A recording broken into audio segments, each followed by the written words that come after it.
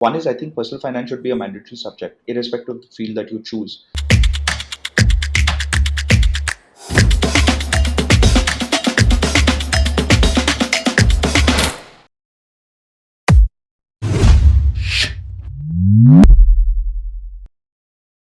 So what's your ideal take if you want to jot down couple of points, like what's the best way of taking the education related to personal finance? Is it a book? Is it a show? Is it a course? What is the best mode, or it's through the experiences?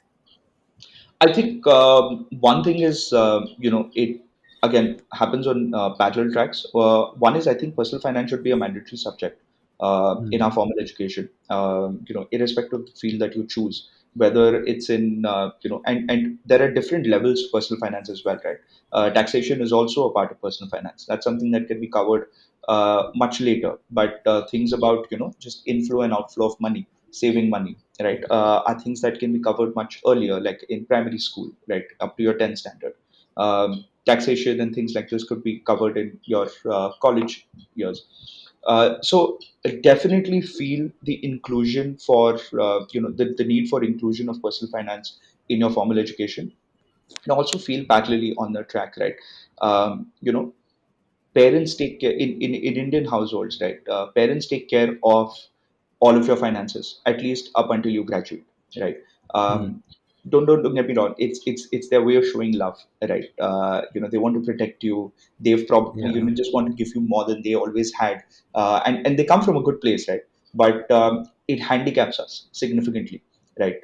What we need to do is allow some amount of independence there, allow some amount of making your own decisions, making your own mistakes. Mistakes will happen, right? If you don't make them at 18, you'll make them at 28, and at 28 they'll be more costly than you making them at Right. 18, Yeah. right? So mistakes will happen. I think certain budgets, like you will be given say 5,000 rupees every month, right? And then you figure out, if you want to get a meal outside, right, then you figure out in that your fuel, everything, right, whatever that Hmm. is for each one, right? 5,000, 10,000, 1,000, right? So this is your fixed budget.